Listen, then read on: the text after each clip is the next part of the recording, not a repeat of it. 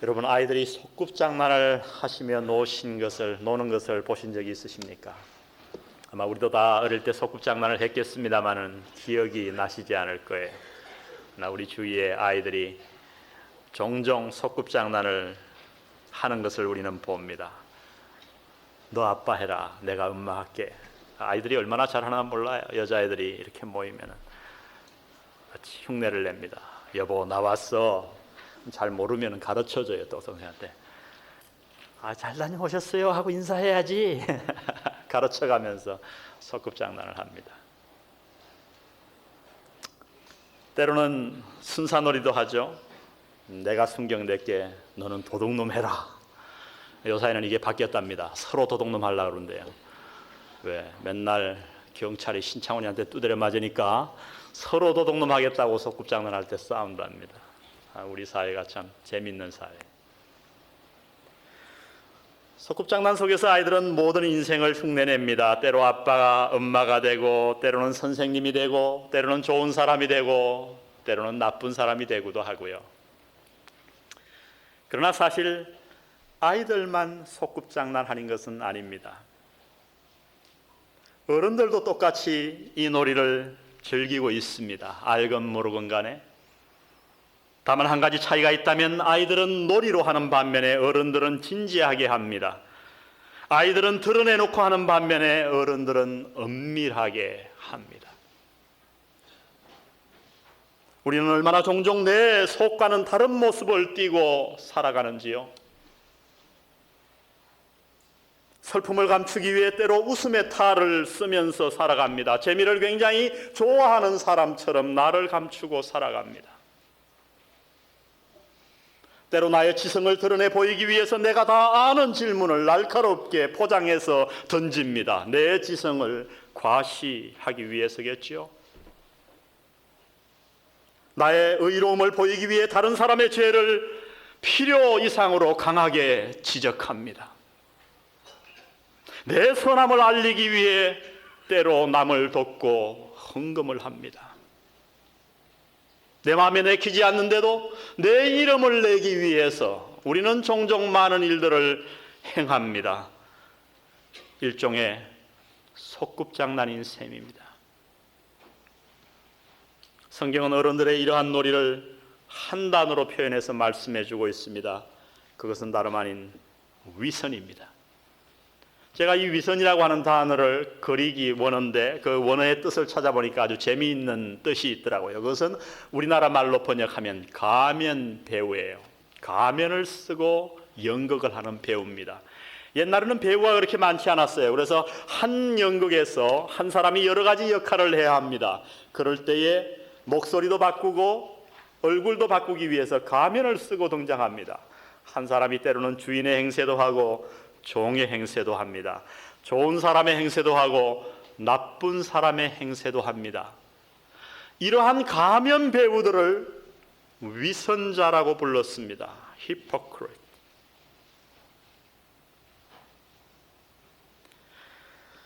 때로 우리 그리스도인들 역시 가면을 쓰고 살아간다고 하는 아픈 사실을 우리는 직시해야 할 것 같습니다.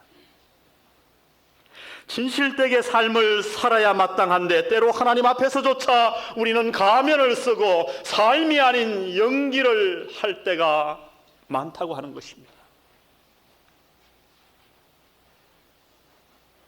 과연 그러면 하나님은 우리의 이 연기를 어떻게 생각하실까? 우리가 아이들이 소꿉장난하는 것처럼 가볍게 보아 넘기실까? 귀엽다고 얘기하실까? 하나님은 과연 이 가면놀이에 대해서 우리가 늘상 생활에 젖은 이 가면을 쓰고 사는 삶을 과연 어떻게 진단하실까? 오늘 저는 바로 이 본문을 가지고 하나님의 우리의 놀이에 대한 진단을 진지하게 연구해 보기를 원합니다. 우리가 잘 알듯이 오늘 본문이 일어난 때는 다름 아닌 부흥의 때였습니다. 부흥의 물결이 온 예루살렘 교회를 뒤덮고 있을 때에 이 사건이 일어났습니다. 이미 우리가 계속해서 살펴왔듯이 120문도가 다락방에서 기도합니다. 그때 하나님이 약속하신 성령님이 이 땅에 임하십니다. 모든 사람들이 성령의 충만을 받고 나가 담대하게 목숨을 내걸고 전도를 했더니 하루에 3,000명이 회개해서 돌아와서 이 교회가 비좁았습니다. 순식간에 교회는 10,000명 이상의 성도가 되었습니다. 그런데 놀랍게도 그 10,000명 이상이 되는 성도들이 한 공동체가 되었다고 성경이 기록합니다. 내 것을 내 것이라 하지 아니하고 한 마음 한 뜻이 되어서 자기의 물건을 가난한 사람들을 위해 나누어 줍니다. 우리가 공부한 사도행전 4장 32절은 그래서 이런 기록을 남깁니다. 믿는 무리가 한 마음으로 한 마음과 한 뜻이 되어 모든 물건을 서로 통용하고 제 재물을 조금이라도 제 것이라 하는 이가 없더라. 모두가 남을 위해 자기 재산을 내어놓았습니다. 그 대표적인 예가 지난주에 제가 설교한 말씀입니다. 바나바였습니다.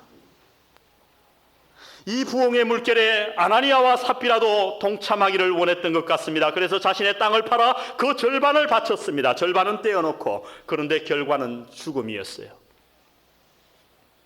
혼자만 죽은 것이 아니라 부부가 다 죽었어요. 3시간을 차이로 부부가 이 강대상 앞에서 사도 베드로 앞에서 거꾸러져 죽은 것입니다. 왜입니까? 왜 죽어야만 합니까? 왜 하나님이 그들을 죽여야만 했습니까? 아예 안 바치는 사람도 있는데 절반이나 바쳤으면 됐지 왜 이들이 죽어야만 합니까, 여러분? 설령 이들이 죄를 지었다 해도 이렇게 부부를 다 죽이는 것은 너무하지 않습니까? 그들이 지은 죄가 뭐 그렇게 심각하다고 부부를 3시간 차이로, 그것도 교회 앞에서 그들을 죽여야 한단 말입니까? 질문해 보셨습니까? 하나님은 당신의 말씀을 우리가 진지하게 읽기를 원하십니다. 도대체 이들의 문제가 무엇입니까, 여러분? 바로 이것이 우리가 본문을 통하여 깊이 생각해 보아야 할 문제입니다. 하나님은 왜 이들의 잘못을 이렇게 엄하게 다루셨습니까? 여러분, 다른 방법은 없었을까요? 이렇게밖에 할 수 없었을까요? 도대체 하나님은 이 사건을 통해 교회에게 무엇을 가르치기를 원하셨단 말입니까? 오늘 저는 이 질문들에 대한 대답을 하기를 원합니다. 그러나 먼저 오늘 이 본문 전체를 바라볼 때 우리는 2가지를 명심하고 지나가야 이 본문을 이해할 수 있을 것 같습니다. 오늘 먼저 이 본문은 계시적인 사건이라고 하는 것입니다. 아나니아와 삽비라를 죽음으로 징벌하신 이 사건은 어떤 면에서 계시적인 사건입니다. 무슨 말씀인고 하니 하나님은 이 사건을 통하여 우리 모두에게 특별한 말씀, 메시지를 전달하기 원하셨다는 것입니다. 그들은 분명 자신의 소유를 바쳤습니다. 10분의 1만 바치면 되는데 절반을 바쳤어요. 그러면 많이 바친 것 아닙니까, 여러분? 그런데 왜 이들은 저주를 받아 죽어야만 했는가? 하나님의 메시지를 우리는 이 본문 가운데서 찾아야만 합니다. 왜?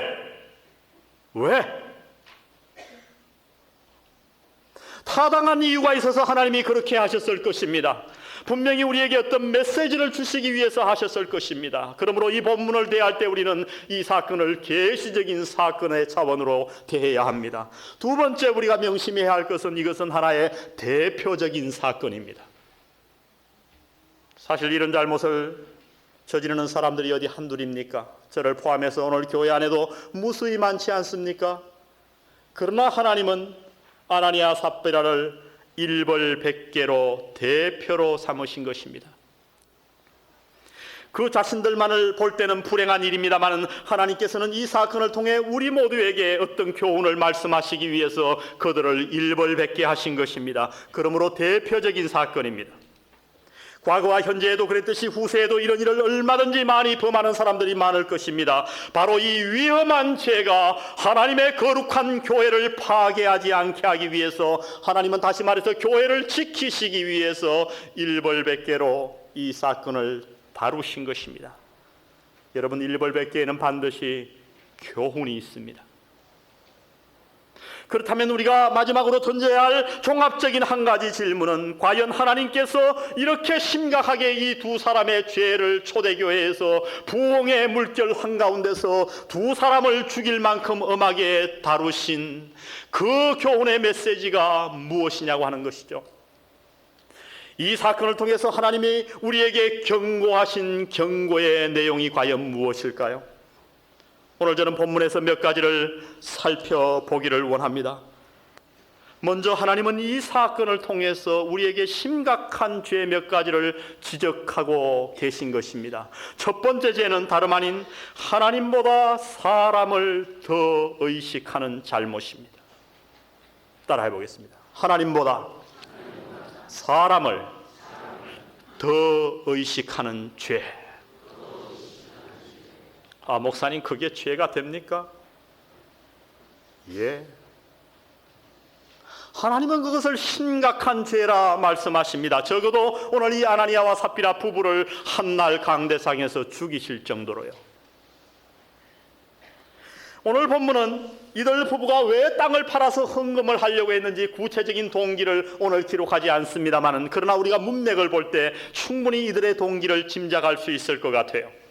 오늘 본문은 이렇게 시작하죠. 아나니아, 이런 이름으로 시작합니다. 불행한 번역이에요. 원어에 보면 거기에 but, 알로스, 알라, 그러나라고 하는 단어가 끼어 있습니다. 그러나. 이 그러나가 있고 없고가 무슨 상관입니까, 목사님? 그럴지 모르겠어요. 그러나 그러나가 있으면 이 5장의 사건은 4장과 연관되어 있다고 하는 것입니다. 이미 제가 말씀드렸듯이 이 성경의 장절은 편리하긴 합니다만 믿으시면 안 돼요. 성경이 태초에 기록되었을 때 장과 절이 있었던 게 아니죠. 어떤 한 사람이 몇 장 몇 절 설교합시다 이러려니까 너무너무 힘든 거야. 사도행전 어디를 찾겠어요. 그러니까 한 사람이 장과절을 만들었어요. 근데 이분이 너무 목회하면서 피곤하셔서 말을 타고 가면서 졸다가 나누셔가지고 그런지 어떤 것은 아주 엉뚱하게 나눠져 있습니다. 사실 이 5장은 잘못된 구분이에요. 4장과 연관해야 됩니다. 4장에서 어떤 일이 있었는가? 온 성도들이 하나님의 은혜를 받아서 자기의 재산을 팔아서 아마 10분의 1을 어떤 사람은 헌금을 해서 가난한 사람에게 나눠주기 시작합니다. 그런데 그 중에도 아주 대표적인 한 사람, 요셉이라고 하는 바나바라고 하는 사람은 자신의 재산을 다 팔아가지고 몽땅 다 드렸어요. 그런데 이 사람은 어떤 사람이냐 하면 그 예루살렘 교회 본 출신이 아니라 말이죠. 지방도 저 총구석에서 온 구부로 출신이었어요. 오늘날로 말하면 이 세 가족이 와가지고 자기의 재산을 다 팔아서 하나님 앞에 다 드려서 가난한 사람에게 나눠줬습니다. 그러니까 온 10,000명이 넘는 교인들의 초점이 누구에게로 향했냐면 이 바나바에게로 쫙 향한 거예요. 오늘 이 학자들에 의하면 아나니아와 삽비라는 누군가 아마도 이 예루살렘 교회의 창립 멤버가 아니었는가, 주동이었다고 얘기합니다. 그 교회의 기둥을 이루는 주동 집사였을 것입니다. 오늘날로 말하면 아마 안수 집사였는지도 모르겠습니다. 지도자였습니다. 온 사람이 성도들이 10,000명이나 넘었지만 아나니아 삽비라 그러면 유명한 그 교회에서 무시할 수 없는 사람이었습니다. 그런데 문제가 생겼어요. 이 듣도 보도 못한 세 가족이 하나 와가지고 자기의 재산을 다 팔아가지고 그것을 몽땅 바쳤단 말이에요. 그래갖고 온 교인의 시선이 저 사람이 누구냐? 바나바 아니냐? 이들의 마음속에 질투가 생겼습니다. 그래도 내가 이 교회의 주동인데, 이들이 헌금한 동기는 정말 하나님을 사랑해서 드린 것이 아니고 정말 가난한 형제들을 돌아보기 위해서 드린 것이 아니고 바로 이 질투와 자기의 체면을 살리기 위한 것이 동기였다고 문맥은 말씀해 주고 있습니다. 이것이 이들이 헌금한 동기였습니다. 체면 때문에 한 것입니다. 정말 드리고 싶어서 드린 것이 아니라 자신의 이름 때문에, 그래도 내가 저 세 가족보다는 나아야지 하는 마음으로 드렸던 거예요. 결국 아까운 마음이 많았습니다. 사람을 의식해서 할 수 없이 했기 때문에 자연적 궁리하게 되었을 것입니다. 어떻게 내가 적게 드리고 극대의 명예를 얻을 수 있을 것인가? 요새는 PR 시대니까. 부부가 궁리했습니다. 그래서 생각한 것이 반만 바치고 그러나 행동이나 나머지 모든 것은 아마 이들이 말을 했는지 모르겠어요. 그렇게 행동했는지 모르겠어요. 그러나 정교인들은 그들이 재산을 다 드린 것으로 알았어요. 실제는 반을 감추어 놓았습니다. 누구만 알고? 부부만 알고. 여러분, 이것이 바로 하나님이 심각하게 보신 이들의 죄였다고 본문은 말씀하십니다. 당연히 우리가 하나님을 믿는 신자라고 하면 사람보다 하나님을 더 의식해야 되는데, 하나님 앞에서 살아가야 되는데, 하나님의 눈을 무서워해야 되는데, 이들은 사람의 눈만을 의식했다고 본문은 증거합니다. 하나님은 아랑곳하지 않았습니다. 여러분, 우리가 정말 하나님을 섬긴다면, 그분이 살아계셔서 나를 보고 계신다고 정말로 믿는다면, 그분을 진실로 사랑한다면 어떻게 그분보다 사람의 눈을 더 의식할 수 있겠습니까? 이들의 오직 관심은 자신들의 명예였습니다. 이들의 오직 관심사는 자신들의 이름이었습니다. 사람들이 나를 어떻게 볼까? 그들은 체면을 유지하기에 급급했던 것입니다. 사랑하는 성도 여러분, 우리가 사람의 눈을 더 의식하는 오직 한 가지 이유는 실상 우리가 하나님을 믿지 않기 때문입니다. 입으로는 믿어요.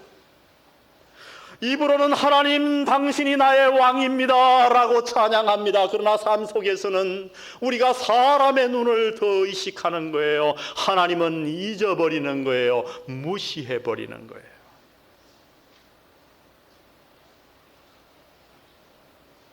그것은 하나님을 믿지 않는 거예요. 하나님을 사랑하지 않는 거예요. 그래서 예수님은 친히 제자들에게 말씀하시기를 내 양은 내 음성을 알고 나를 따른다 말씀하셨습니다.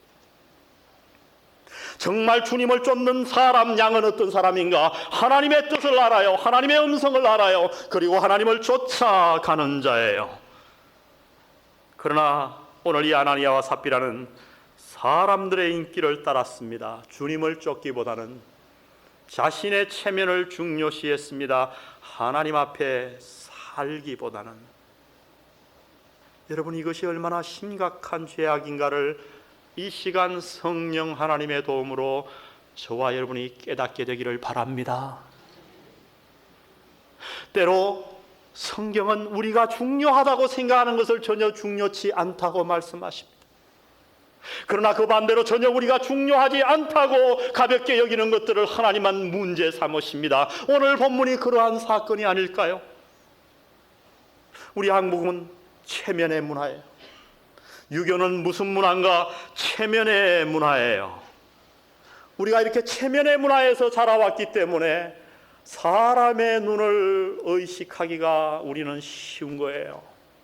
그래서 오늘 교회 안에도 보면 정말 하나님 앞에서 살아가야 되는데, 정말 주님 앞에서 떳떳하게 살면 그것을 자부심으로 알고 외로워도 그 길을 걸어가야 되는데, 사람의 눈 때문에 헌금하고 사람의 눈 때문에 교회 출석하고 사람의 눈 때문에 교회에 헌신하는 사람들이 얼마나 많은지 모릅니다. 왜요? 우리가 다 체면의 문화 속에서 자라왔기 때문에. 여러분, 체면이 무엇인가요? 그것은 결국 내 영광이에요. 내 프라이드예요. 나를 높이려고 하는 거예요. 내 체면이 구겨지는 것은 정말 못 견디는 거죠. 내 자존심이 상한단 말이에요. 어떻게 내 명예에 흠집을 가져올 수 있겠는가? 그러다 보니까 하나님보다 사람을 더 의식하게 되는 겁니다. 결국 하나님보다 나를 높이는 거예요. 하나님을 섬기는 듯 하면서 내 이름을 내는 것입니다. 오늘 하나님은 이것을 엄중하게 경고하셨습니다. 이 죄가 교회 안에 들어오면 나도 모르게 하나님을 섬기는 것 같지만은 우리가 우상을 섬기게 됩니다. 이것은 신앙이 아니라 종교 생활이 될 수밖에 없었어요. 그래서 하나님은 초대교회에서 이 죄악을 건절하시기 위해서 오늘 모든 예루살렘 교인들이, 오고 오는 세대의 성도들이 사람보다 하나님을 더 의식하며 살아가도록 하기 위해서 이 부부를 엄중하게 죽이셨던 것입니다. 여러분, 예수님의 말씀을 기억하십니까? 마태복음 6장 1절에서 예수님은 우리에게 이렇게 말씀하셨습니다. 사람에게 보이려고 그들 앞에서 너희 의를 행치 않도록 뭐하라? 주의하라. 주의하라. 우리는 이 말씀을 종종 잊어버려요. 왜 주의하라 그랬을까요? 그 말씀은 거꾸로 말하면요, 우리가 사람들 앞에서 보이려고 의를 행하기가 쉽다는 말씀. 우리에게는 다 그럴 가능성이 있단 말이에요. 우리는 한눈을 팔면, 조금만 잘못하면 하나님을 보아서 헌신하는 게 아니라 사람의 눈 때문에 우리의 모든 신앙생활을 하기가 쉽기 때문입니다. 그 한 말씀으로만 해도 충분할 텐데 예수님은 이것이 너무나도 중요한 서브젝트 주제였기 때문에 세 가지 예를 들어주시지 않았습니까? 먼저 구제의 예를 드셨습니다. 그러므로 너희가 구제할 때 어떻게 해야 되는가? 내 오른손이 하는 일을 왼손이 모르게 하라. 나발 불면서 하지 말라는 거예요. 내가 얼마를 바쳤다고, 고아원에 얼마를 기부했다고, 수재민을 위해서 내가 1억을 냈다고 KBS 방송국에 나발을 불지 말라는 겁니다. 그렇게 하면 너희가 바친 것이 아무것도 아니라고 얘기합니다. Nothing. 그래도 딴 사람이 1억을 하는데, 저 교회가 1억을 하는데 그래도 우리 교회는 2억은 해야 되지 않겠느냐, 이런 동기로 행하면 그것은 아무런 하나님 앞에서 구제가 되지 못한다는 겁니다. 금식을 말씀하십니다. 너희가 금식할 때에 나는 40일 금식 기도를 평생에 몇 번 했느니, 3일 금식 기도를 했느니 이렇게 얘기하지 말고 너희는 금식할 때에 세수를 하고 양복을 입고 화장을 깨끗이 하라. 언제 화장해야 되는가? 금식할 때 화장하라 말씀하십니다. 말라 보이지 않도록 통통한 색깔을 여기에 내고 명랑한 웃음을 띄우면서 하라. 기도할 때에 사람들의 이목을 끌기 위해서 유창한 말로 공중기도에 힘쓸 게 아니고, 혼자 기도할 때 골방에서 하나님 앞에 기도하라 말씀하십니다. 사람들 앞에서는 짧게 하고 실수해도 괜찮아요. 그러나 혼자 있을 때 하나님 앞에 심각한 마음으로 골방에서 기도하라 말씀하십니다. 여러분, 이것이 바로 오늘 이 본문의 아나니아와 삽비라의 죄악이었습니다. 그들은 왜 헌금했는가? 여러분, 반을 헌금했으면 많이 바친 거예요. 오늘날로 말하면 아파트 한 채를 받아서 2억인데 1억을 바쳤단 말이에요. 여러분, 이것이 보통 헌신입니까? 그럼에도 불구하고 그들은 하나님의 징계를 받았습니다. 왜요? 사람의 눈을 의식해서 헌금했습니다. 사람의 눈을 의식해서 하나님께 불경의 죄를 범했던 것입니다. 여러분, 당신은 어떠십니까? 오늘 여러분은 누구 때문에 주일날 나오시나요? 제가 체크하니까 나오시나요? 여러분은 누구 때문에 헌금하십니까? 무엇 때문에 11조 하시나요?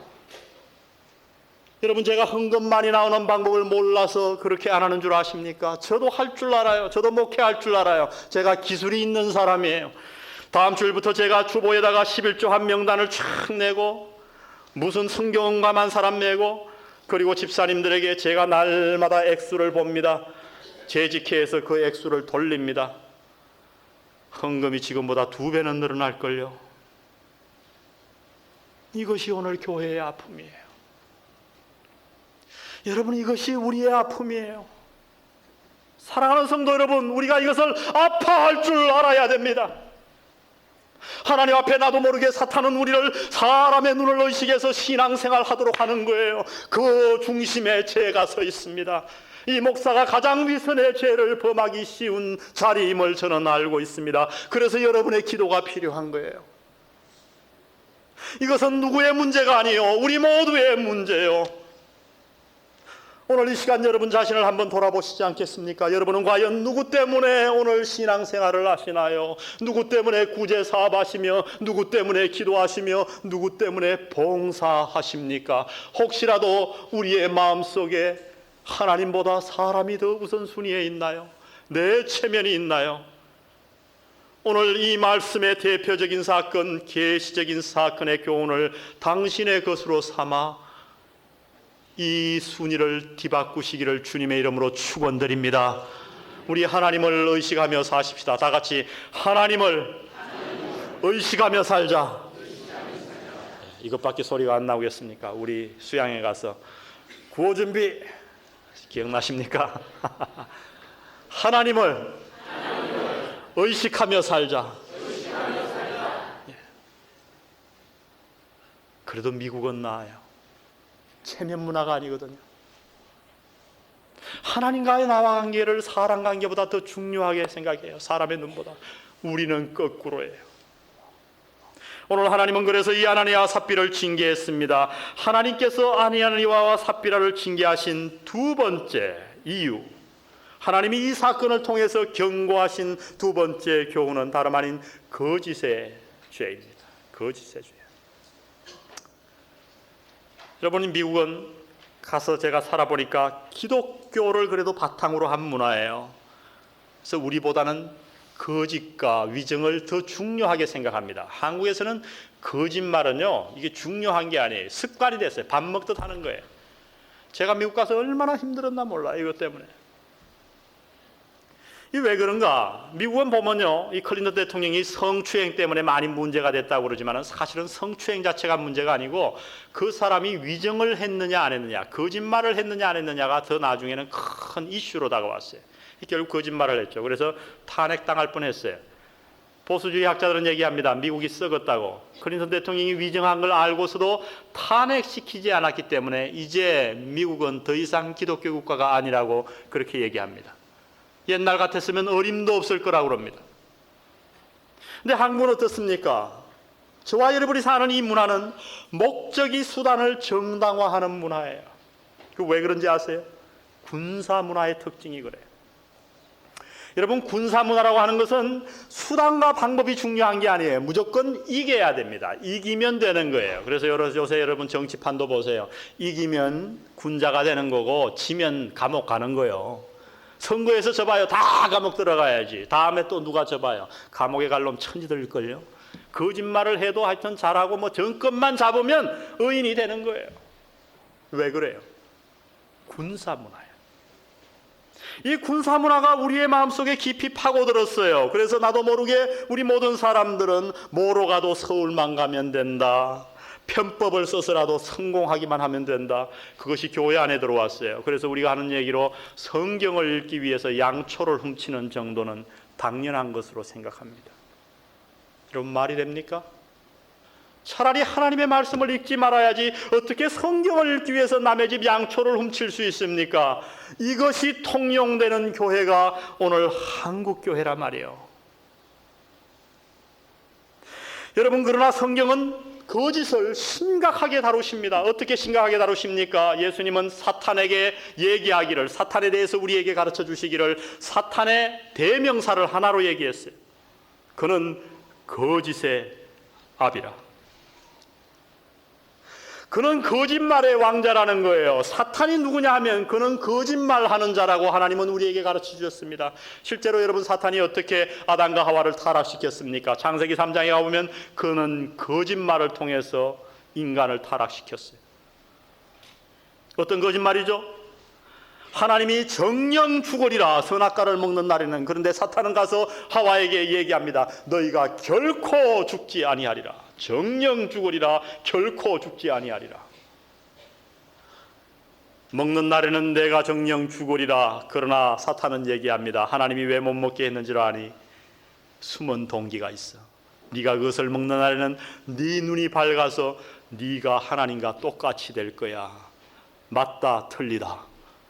틀리다. 우리 1번, 2번으로 할까요? 거짓말. 여러분, 창세기 3장에서 인간을 타락시킨 이 사탄은 지금도 동일한 원리와 동일한 방법으로 우리를 멸망시킵니다. 오늘날 인간관계를 파괴하는 게 뭡니까? 거짓말입니다. 속아보셨나요? 얼마나 기분 나쁩니까?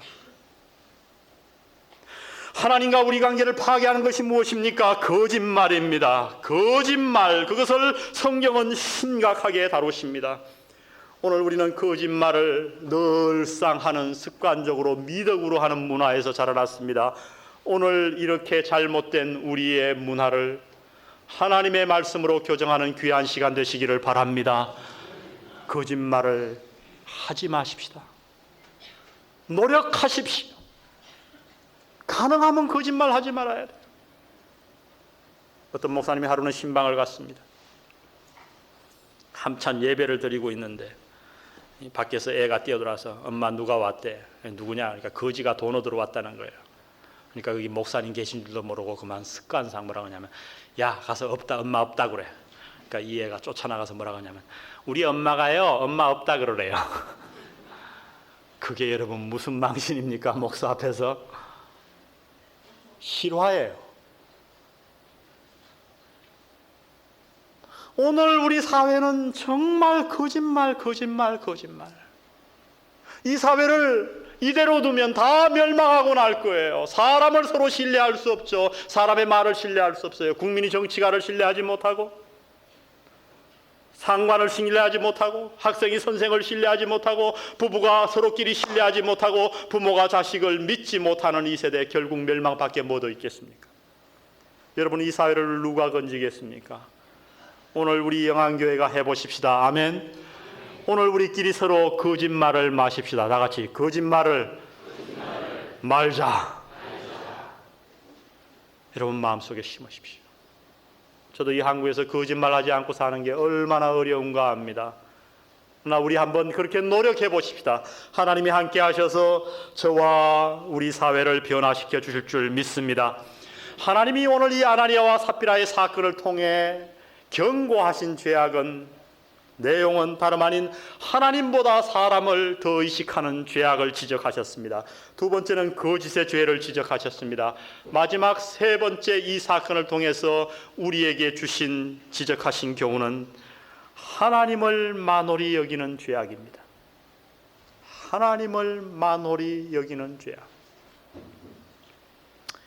여러분 사실 이들의 죄악은요 한편 생각하면 참 어처구니가 없어요.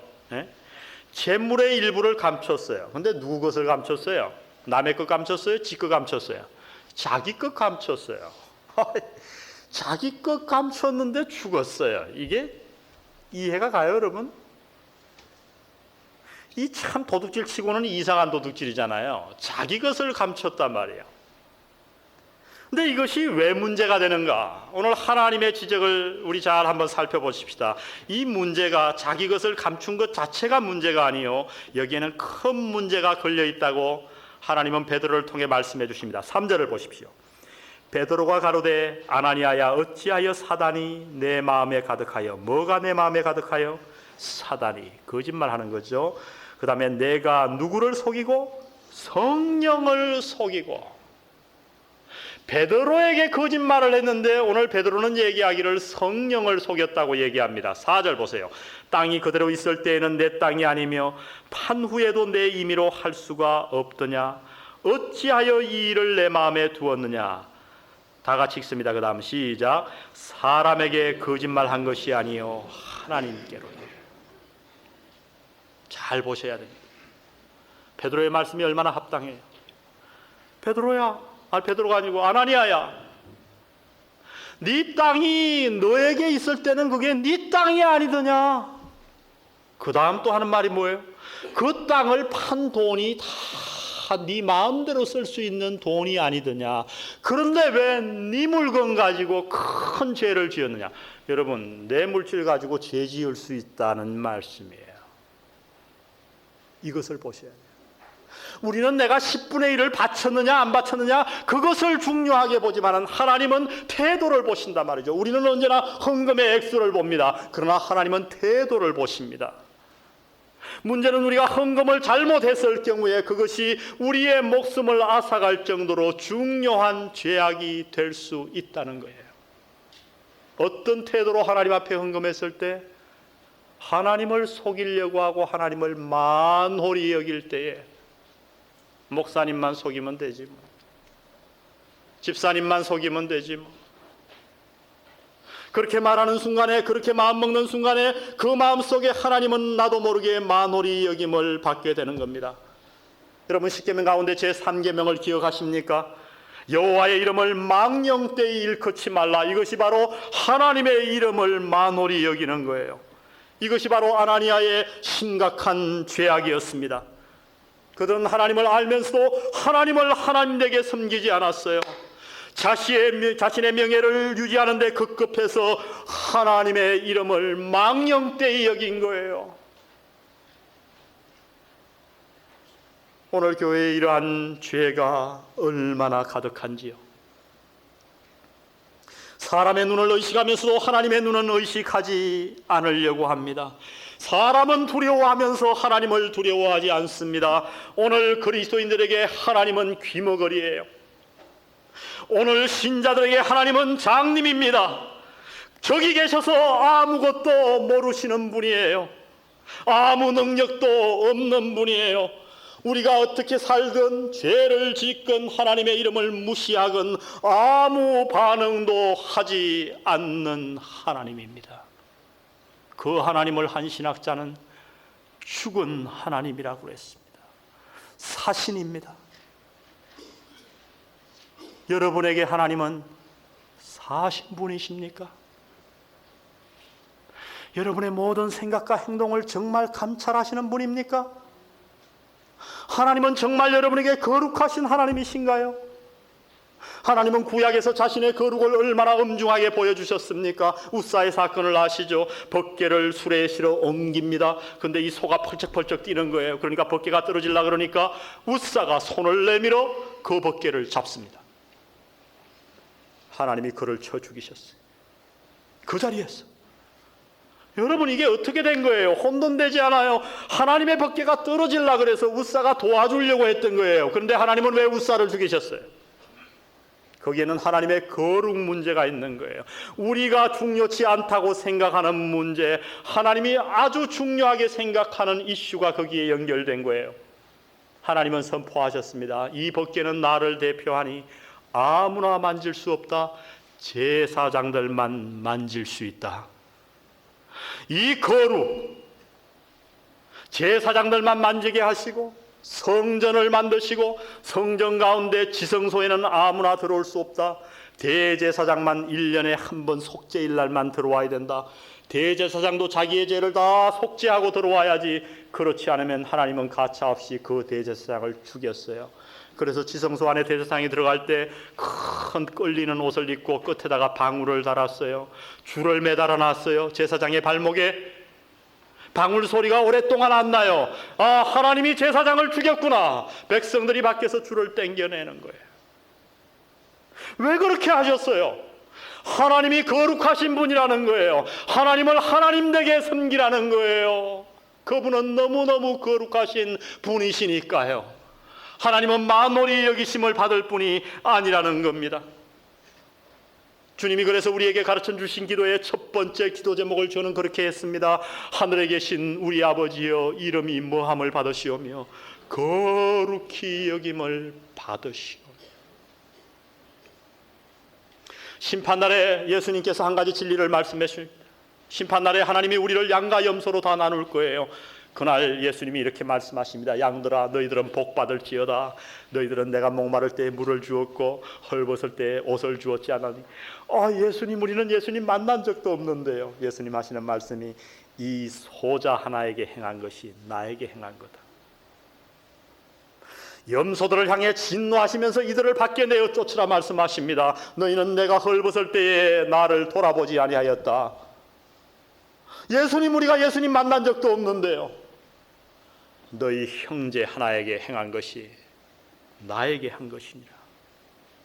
무슨 말씀이에요?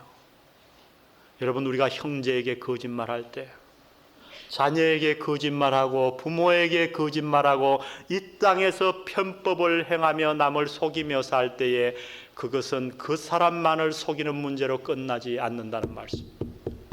적어도 우리 그리스도인들에게서는 그래요. 나는 그 사람에게 거짓말을 행했지만 하나님은 뭐라고 보시냐 하면 나에 대해서 거짓말했다 평가하십니다.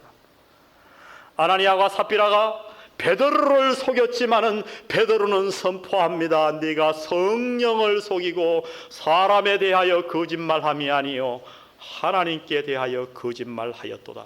그의 영혼이 떠나갔습니다. 사랑하는 성도 여러분, 여러분은 어떠십니까? 당신은 혹시 가면을 쓰고 살아가고 있지는 않습니까? 겉으로 사람의 칭송을 받으면서 은밀한 죄악을 마음에 품고 있지는 않은가요? 겉으로 교회에서 헌신하면서 속으로 썩어 문드러져 가는 것은 아닙니까? 겉으로 많은 헌금을 하면서 그러나 얼마를 감추고 있는 것은 아닙니까? 여러분은 정말 온전한 10분의 1을 11조를 하나님 앞에 드리고 있습니까? 겉으로 착실하면서 속으로 하나님을 속이며 날마다 그럭저럭 살아가고 있지는 않습니까? 이 모든 것에 대한 대답은 아무도 해줄 수가 없습니다. 그러나 그 대답은 여러분이 갖고 계십니다. 여러분은 아실 테니까요. 오늘 돌이키십시다. 저는 이 본문을 읽으면서 이 부부의 비극이 부부가 똑같다는 데 있었다고 생각합니다. 부부 가운데 한 사람만이라도 나았더라면 그를 말렸을 거예요. 둘이 똑같았어요. 여러분, 우리 자신 이 모든 위선의 탈을 번지는 일에, 던져버리는 일에 서로를 도우십시다. 내 명예를 버리고 거짓을 버리고 하나님을 만홀히 여기는 것을 우리는 버려야 하겠습니다. 오늘 본문은 이대로 끝나지 않아요. 죽음으로 끝나지 아니하고 감사한 것은 오늘 이 본문 이후에 읽어보니까 예루살렘 교회에 큰 부흥이 일어났습니다. 할렐루야. 여러분, 하나님이 왜 징계를 하셨습니까? 하나님이 우리 안에 왜 죄악을 제거하시기를 원하십니까? 우리를 징계하심이 아니요 우리를 부흥케 하심인 줄 믿습니다. 예루살렘 교회가 이들의 죽음으로 말미암아 큰 부흥을 체험했듯이 오늘 우리 안에 있는 이 위선의 탈을 하나님의 도움으로 끊음으로 말미암아 우리 영혼의 부흥이 다가오고 나아가 우리 사회와 우리 교회가 하나님의 은혜를 받는 위대한 교회 되시기를 주의 이름으로 축원드립니다. 우리 기도드리시겠습니다. 우리 한 1, 2분간 오늘 말씀 생각하시면서 기도하십시다.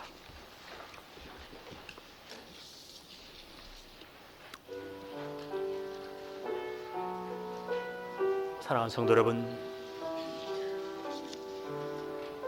하나님은 도대체 여러분에게 어떤 분이십니까? 처음에 우리가 예수를 만났습니다. 하나님을 따르겠다고 결심했습니다. 그러나 어느 사이 나도 모르게 사람의 눈을 의식하지는 않았나요? 하나님을 만홀히 여기며 하나님을 저 하늘에 계신 분으로 여기며 나 혼자 속임수를 쓰며 계획하며 내 인생을 내 마음대로 살지는 않았습니까? 하나님은 오늘 아나니아를 엄하게 다루셨습니다. 오늘 우리를 남겨두신 이유는 그 죄가 변해서 교제가 경해져서가 아니라 은혜로 우리를 남겨두신 것입니다. 오늘 하나님이 우리 마음속에 있는 탈을 찾아내실 때에 우리가 하나님께서 그 탈을 발견하신다면 우리도 동일하게 아나니아와 같이 우리를 징계하실 것입니다. 사랑하는 성도 여러분, 하나님의 징계를 받기 전에 돌이키지 않겠습니까? 우리 한 1, 2분간 통성으로 기도하시겠습니다. 아버지 하나님, 우리에게 위선의 탈을 벗겨주시옵소서. 잘못된 탈을 벗겨주시옵소서. 간절하게 기도하십시다. 아버지 하나님, 오늘 이 말씀이 우리 가운데 은혜로 임하기를 원합니다. 성령 하나님의 음성을 듣고 성령을 속이는 일을 우리 삶 속에서 제거할 수 있도록 주여 은혜를 베푸시옵소서. 아버지 하나님, 우리 가운데 있는 이 놀라운 말씀 우리에게 귀한 은혜가 되게 도와주시옵소서.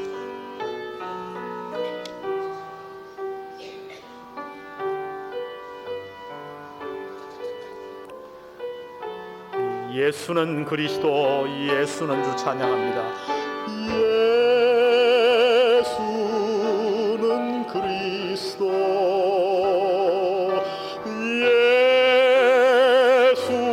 예수는 주, 하나님의 영으로, 하나님의 영으로 경배드리리. 예수는 그리스도. 다시 한번 부릅니다.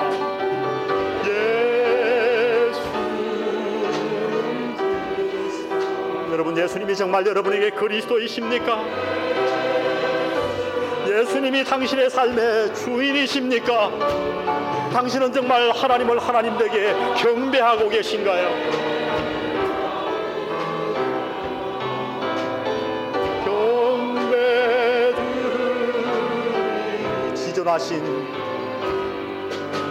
지존하신 주님 이름 앞에 모두 무릎 꿇고 다 경배해. 거룩하신 주님 보좌 앞에 엎드려 절하세. 우리 두 손을 높이 들고 고백하십시다. 예수는 그리스도 주님. 예수님, 당신은 나의 주인이십니다. 하나님의 영으로, 하나님의 영으로 경배드리리. 다시 한번, 예수는 그리스도.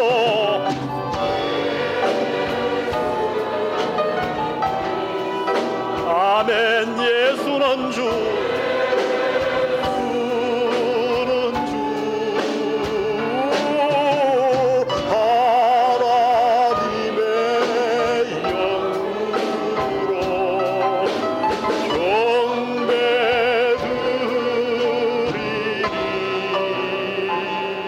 우리 반주하지 않고 예수는 그리스도 조용하게 부릅니다. 예수는 그리스도.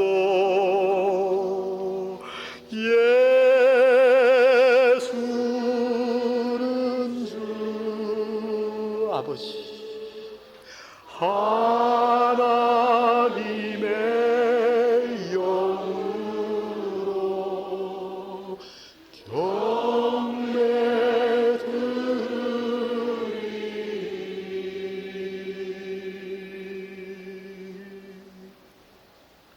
아버지 하나님, 가면을 벗고 당신 앞에 섭니다. 사람을 더 의식하며 살아왔음을 자복합니다. 이 시간 이후 우리의 삶 속에, 제 말 속에, 제 행동 속에, 가정에서, 직장에서, 교회에서 하나님의 영으로 경배하는 삶이 있게 도와 주옵소서. 우리의 몸을 거룩한 산제사로 드리는 올바른 예배가 있게 도와 주옵소서. 이제 하나님 앞에서 연기를 그치게 하옵소서. 이 사회를 구원할 자가 바로 우리임을 깨닫게 하여 주옵소서.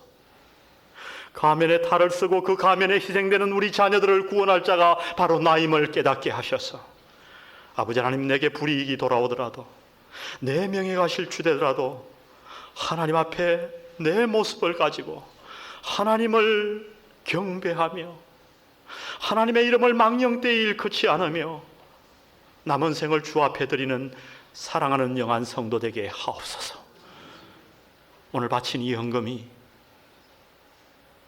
바나바의 헌금이 되기를 원합니다. 아나니아의 마음으로 헌금한 자 있습니까? 주여, 오늘 회개하고 바꾸어 바나바의 마음이 되어 이 물질 드리게 하옵소서. 예수님의 귀하신 이름으로 기도드렸습니다. 아멘.